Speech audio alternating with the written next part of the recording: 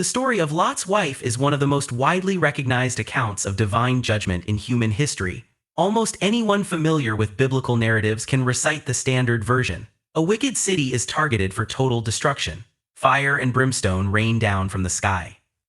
Angelic messengers drag a righteous family to safety with a single urgent instruction: run for your lives and do not look back. One woman hesitates, turns her head, and is instantly transformed into a lifeless pillar of salt standing alone in a desolate wasteland. For generations, this account has been taught as a simple morality lesson about immediate obedience. It is framed as a warning against petty curiosity, second-guessing divine commands, or longing for a lifestyle left behind.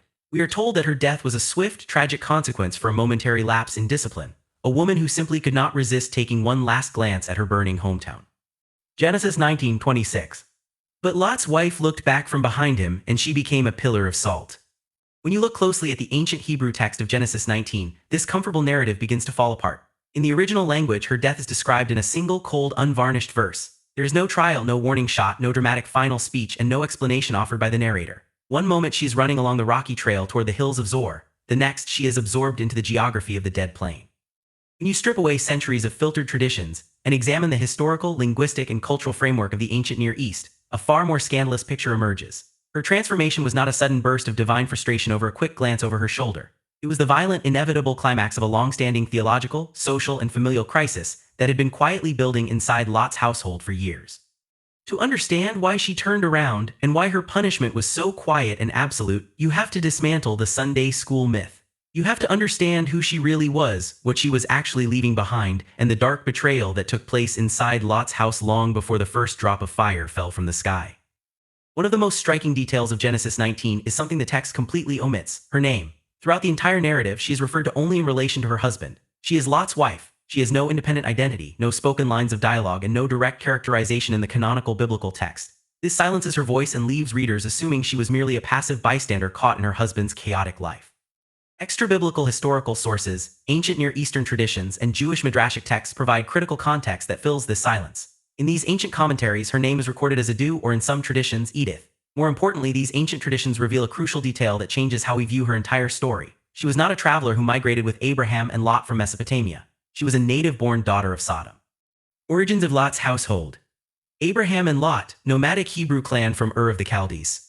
Adu, Lot's wife, native nobility born and raised in Sodom.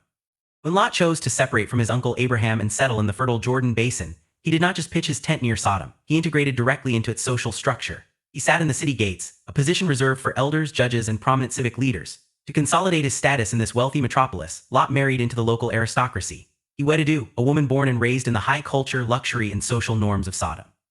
This cross-cultural marriage created an immediate, deep-seated conflict inside Lot's household.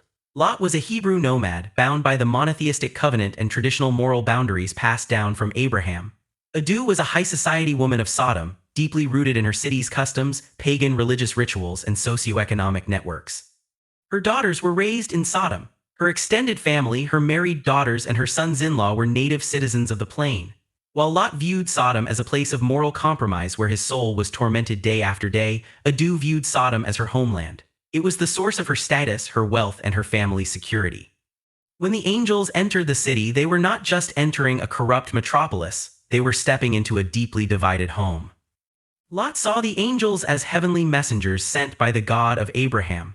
Adu saw them as dangerous outsiders whose presence threatened to dismantle the comfortable, elite life she had built in the most prosperous city in the ancient world. To fully grasp the scandal of Lot's wife, you have to understand the supreme law of the ancient Near East, the sacred code of hospitality. In the harsh desert environments of the ancient world, offering shelter, food, and protection to traveling strangers was not just a polite gesture. It was a life-or-death moral obligation known as xenia. When strangers entered a city, the head of the house was required to bring them under his roof, provide them with bread and water, and defend them with his life if necessary. Crucial to this covenant was the sharing of salt. Eating salt together sealed an unbreakable bond of peace and mutual protection between host and guest. A covenant of salt, Brit Melech, meant that as long as those strangers remained under that roof, the host was duty-bound to protect them from any harm. The ancient Near Eastern code of hospitality. Sacred obligation, xenia, mandatory protection for traveling strangers. The salt covenant, Brit Melech, eating salt together seals a binding pact of protection. The breaker of the pact, betraying a guest brings absolute social and divine condemnation. When the two angelic messengers arrived in the square of Sodom, Lot rushed to meet them, bowing low and insisting they stay in his home. He prepared a feast and baked unleavened bread for them. Ancient rabbinic traditions record that a bitter, quiet confrontation broke out in the kitchen between Lot and his wife while the meal was being prepared. Lot asked Adu to bring out salt to season the food for their guests, fulfilling the traditional host covenant. Adu flatly refused. She argued that welcoming these mysterious, uninvited foreign men violated the strict, isolationist civic laws of Sodom, which outlawed hospitality to outsiders. When Lot insisted, Adu engaged in a covert act of betrayal. She left the house under the pretense of borrowing salt from her neighbors. Going door to door throughout the city square, she deliberately spread the word to the citizens of Sodom, "My husband has brought strangers into our home and he is feeding them." Her goal was not to murder the guests, but to use the city mob to force Lot to expel the outsiders, protecting her family's local standing and enforcing Sodom's anti-hospitality laws. This secret betrayal was what drew the angry mob of Sodom, young and old, from every quarter to surround Lot's house that night. They demanded that the men be brought out to be humiliated and violated. Adu had used salt as a weapon to betray her guests and expose her own home to a violent riot. When Lot stood at the doorway and made the unthinkable offer, offering his own virgin daughters to the mob outside to shield his guests, it was a desperate attempt to honor his host covenant at all costs. But the breach inside his own home was already complete. His wife had chosen the laws and the mob of Sodom over the sacred duties of her husband's faith. The stage was set for judgment, and the weapon she chose to betray her guests would ultimately become the exact emblem of her eternal sentence. When modern audiences picture Sodom and Gomorrah, they often imagine a barren, sun-scorched desert filled with crude mud huts. This mental image misses the key historical reality. The Jordan River Basin was one of the wealthiest, most agriculturally fertile, and technologically advanced regions of the ancient world. Before the destruction, Genesis describes the plain of Jordan as being like the garden of the Lord, like the land of Egypt. It was fed by abundant natural springs, subterranean water reserves, and rich mineral deposits. Sodom's economic engine. Natural resources: bitumen, sulfur, asphalt, and massive salt beds. Agriculture: lush irrigation systems producing high-yield crops. Trade dominance: control of the major Jordan Valley trade routes. The real scandal of Sodom was not simply open lawlessness, it was the arrogance born of extreme wealth and luxury. Centuries later, the prophet Ezekiel explicitly identified the true nature of Sodom's corruption. Ezekiel 16:49. Now this was the sin of your sister Sodom. She and her daughters were arrogant, abundant in food, and unconcerned. They did not help the poor and needy. This was the society Adu belonged to. Sodom was a gated paradise that hoarded its wealth, criminalized charity, and treated travelers with hostility to prevent outsiders from draining its resources. When the angels grabbed Lot, his wife, and their daughters by the hand to drag them out of the city, Adu was not just fleeing a fire. She was being forcibly stripped of her estate, her fine linen, her social rank, her married daughters, her grandchildren, and everything that gave her life meaning. As they ran toward the mountains, the ground began to shake, and the sky turned into an inferno. She knew that her family members who stayed behind were being incinerated.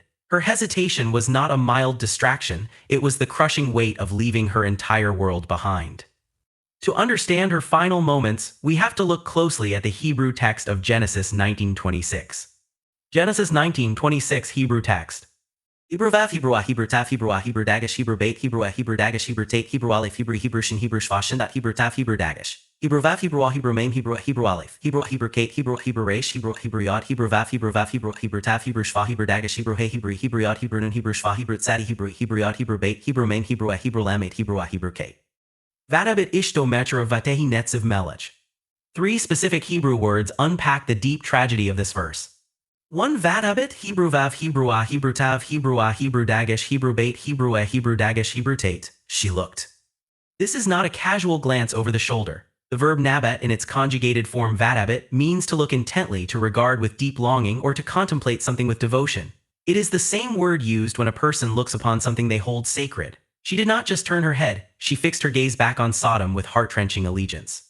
2. Matcheref, Hebrew Mem, Hebrew A, Hebrew Aleph, Hebrew A, Hebrew Kate, Hebrew A, Hebrew Resh, Hebrew A, Hebrew Yod, Hebrew Vav, from behind him. The text specifically notes that she was trailing behind Lot.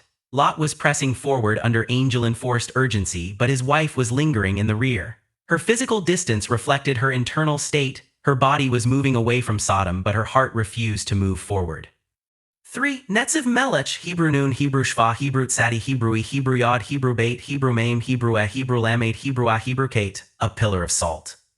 The word netziv does not just mean a random rock or column. In ancient Hebrew, a netziv refers to a monument, a garrison, or a standing pillar that marks a border or memorial. By turning her into a netziv melech, a monument of salt, her judgment was permanently tied to her betrayal. She refused to sever her covenant with a city condemned to destruction, so she became a permanent part of its desolate landscape. The judgment of Lot's wife did not end on the plain. Her absence created a massive psychological vacuum that immediately triggered the final, darkest chapter of Lot's family line. Terrified by the roaring inferno and the loss of his wife, Lot refused to stay in the small city of Zor as the angels had suggested. Instead, he fled high into the mountains and hid in a dark cave with his 2 unmarried daughters. The isolation spiral. Fleeing Zor, fear drives Lot and his daughters into the mountain cave.